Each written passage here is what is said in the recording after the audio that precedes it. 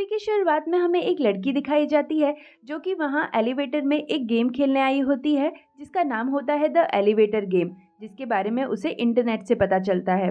इस गेम को खेलने के लिए सीक्वेंस में कुछ नंबरों को दबाना होता है एलिवेटर में।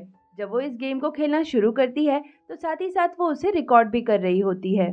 पर जैसे ही वो 10th फ्लोर पर पहुंचती है तो वहाँ की लाइट्स फ्लिकर होने लगती है, जिसके बाद वो 5th फ्लोर पर आती है और अपनी आंखें बंद कर लेती है। ये गेम का रूल होता है, साथ ही वो पीछे पलटकर नहीं देख सकती, ये भी एक गेम का पार्ट था। पर लिफ्ट जैसे ही नीचे आती है तो लड़की इतनी ज़्यादा डर जाती है कि वो अपनी आंखें खोल लेती है, जिसके बाद वो गेम को खेलना कंटिन्यू करती है। पर उसे जल्दी रियलाइज़ होता है कि लिफ्ट 1st फ्लोर की बजाय 10th फ्लोर पर चली गई है। और जब लिफ्ट का दरवाज़ा खुलता है तो बिल्डिंग पूरी तरह से बदल चुकी होती है। साथ ही उसे ऐसा लगता है कि कोई उसके पीछे खड़ा है। जब लड़की पलटकर देखती है तो उसके पीछे एक खौफनाक चुड़ैल होती है, जिसे देखकर वो जोर से चिल्लाने लगती है और सीन यहीं कट कर दिया जाता है। जिसके बाद हम देखते हैं कि एक ग्रुप होता है जो वीडियोस बनाया करता है यूट्यूब के लिए, और वो ऐसे ही खौफनाक और डरावने टॉपिक पर वीडियोस बनाया करते थे। अब उनकी ग्रुप में उनका एक मैनेजर होता है, साथ ही 2 होस्ट होते हैं। लड़के का नाम होता है क्रिश और लड़की जो कि कैमरा में रिकॉर्ड किया करती थी उसका नाम था क्लोई। और क्लोई की मदद करने के लिए वहाँ पे एक लड़का और लड़की और भी होते हैं। ये सभी लोग मिलकर साथ में स्कूल टाइम से ही वीडियो रिकॉर्ड किया करते थे। मैनेजर उन्हें बताता है कि अगर उन्हें ज़्यादा पैसे कमाने हैं तो उन्हें जल्दी से कोई अच्छी सी वीडियो अपलोड करनी होगी। साथ ही वो उन्हें एक लड़के के बारे में भी बताता है जो उनसे बिना कोई पैसे लिए साथ में काम करना चाहता था।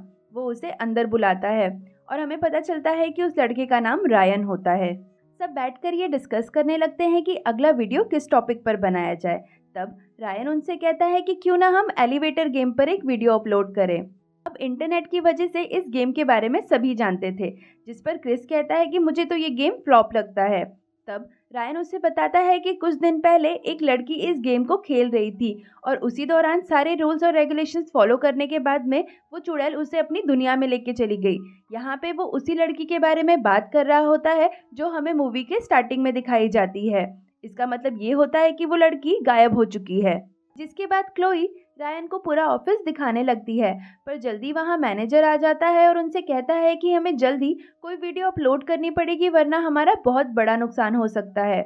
जिस पर वहाँ मौजूद सभी लोग रायन के द एलिवेटर गेम वाले आइडिया पर एग्री कर देते हैं। पर क्रिश अभी भी मना कर रहा होता है कि हमें ये गेम नहीं खेलना चाहिए, पर उसकी बात कोई भी नहीं सुनता। जिसके बाद मैनेजर उनसे कहता है कि हम आज रात को ही ये वीडियो शूट करेंगे और इसीलिए सब लोग वीडियो शूट करने के लिए निकल पड़ते हैं। अब सब वहां पहुंच जाते हैं और कैमरे को सेटअप करने लगते हैं। ये वही बिल्डिंग होती है जो हमें मूवी की स्टार्टिंग में दिखाई गई थी, जिसमें वो लड़की एलिवेटर गेम खेलने आई थी। अब कैमरास को सेटअप करने के दौरान क्लोई उस चुड़ैल पर रिसर्च करती है। जब सब कुछ सेट हो जाता है तो वो लोग वीडियो रिकॉर्ड करना शुरू करते हैं और तब वो लोग ये बताते हैं कि इस गेम को खेलने का एक प्रोसीजर है और अगर उन्होंने प्रॉपरली इस गेम की प्रोसीजर्स को फॉलो कर लिया तो वो चुड़ैल उन्हें अपनी दुनिया में ले जाएगी, जो कि रेड वर्ल्ड है। वो एक रेड कलर की दुनिया में रहती है, पर अगर वो ऐसा करने में नाकामयाब हुए तो वो उन्हें बेरहमी से मार देगी। पर ये सब करने के लिए उन्हें ये वीडियो रिकॉर्ड करना होगा, जिसके बाद वो ये गेम खेलना शुरू करते हैं। रूल्स के मुताबिक वो जानते थे कि उन्हें 2, 4, 6, 5 और उसके बाद 13वें फ्लोर पर जाना होगा और उसी दौरान वो अपनी आंखें नहीं खोल सकते, साथ ही पीछे पलट कर भी नहीं देख सकते। अगर उन्होंने ऐसा कर दिया तो वो चुड़ैल उन्हें मार देगी। अब क्रिश, क्लोई और उनका एक कैमरामैन फ्रेंड एलिवेटर के अंदर जाते हैं, साथ ही वो चीज़ों को रिकॉर्ड भी कर रहे होते हैं और दूसरे लोग जो बाहर होते हैं वो अपने कैमरास को अंदर वाले कैमरा से कनेक्ट कर देते हैं ताकि वो हर एक चीज़ को रिकॉर्ड कर सके। अब वो रूल्स के मुताबिक गेम को खेलना शुरू करते हैं, पर जैसे ही वो 5th फ्लोर पर पहुंचते हैं तो वहाँ लिफ्ट रुक जाती है और वहाँ की लाइट्स जलने बुझने लगती है, जिस पर वो काफ़ी घबरा जाते हैं और दोबारा से 1 नंबर दबाते हैं। पर लिफ्ट नीचे जाने की बजाय 10th फ्लोर पर जाने लगती है, जैसे कि हमने मूवी की शुरुआत में देखा था। पर जल्दी हमें पता चलता है कि 10th फ्लोर पर लिफ्ट तो एक बिजनेसमैन ने बुलाई है। जिसके बाद वो सभी 1st फ्लोर पर वापस आ जाते हैं। अब वो सब वहाँ से जाने का डिसाइड करते हैं क्योंकि वहाँ उन्हें कोई भी कंटेंट नहीं मिला था। जिस पर रायन उनसे कहता है कि हमें दोबारा से कोशिश करनी चाहिए, हो सकता है कि हमने कुछ गलती की हो। जिस पर क्रिस उसे कहता है कि नहीं, अब हम ये गेम दोबारा नहीं खेलेंगे। और तब रायन उन्हें बताता है कि ये जो लड़का है वो ऑलरेडी उस लड़की को जानता था जो एलिवेटर गेम खेलने के दौरान गायब हो गई थी। यहाँ पे वो उसी लड़की के बारे में बात कर रहा है जो हमें मूवी की स्टार्टिंग में दिखाई गई थी, और ये सुनकर सब काफ़ी हैरान हो जाते हैं। वो साथ ही ये भी बताता है कि वो लड़की कोई और नहीं बल्कि उसकी खुद की सगी बहन थी, और सब कुछ ढूंढने के दौरान उसे उसके लैपटॉप पे क्रिस का मैसेजेस दिखे जिसमें उसने ये कहा था कि वो उसके एलिवेटर वाले गेम की वीडियो को अपने चैनल पर अपलोड करेगा। वो इन सब की बहुत बड़ी फैन थी, जिस पर क्रिस हंसने लगता है और उससे ये कहता है कि तो क्या तुम्हें लगता है कि तुम्हारी जो बहन है वो रेड वर्ल्ड में फंसी हुई है। इस बात पर रायन को काफ़ी गुस्सा आता है और दोनों के बीच में बहस होने लगती है। उसी दौरान गार्ड वहां आता है और उन सबको वहां से जाने के लिए कहता है। इसके बाद सभी अपने अपने रास्ते निकल जाते हैं, पर क्लोई रायन से कहती है कि तुम्हारे साथ जो कुछ भी हुआ बहुत बुरा हुआ, पर तुम्हें हमसे कुछ छुपाना नहीं चाहिए था और हमें सब कुछ बता देना चाहिए था। अब क्लोई अपने घर आ जाती है और घर आने के दौरान उसे अपनी लिफ्ट में भी उस एलिवेटर वाली लिफ्ट की आवाज़ें सुनाई देती है। उसी दौरान उसे क्रिस का कॉल आता है, पर नेटवर्क ना होने के कारण दोनों की बात नहीं हो पाती। अब जब क्रिस अपने घर पर पहुंचता है तो अचानक से एक लाल रोशनी उसके मुंह पर पड़ती है, जिसके बाद वही एलिवेटर वाली चुड़ैल उसके ऊपर हमला कर देती है और उसे मार देती है। दरअसल क्रिस ने उसकी दुनिया का मजाक उड़ाया था और उसे ये बात बिल्कुल भी पसंद नहीं आती।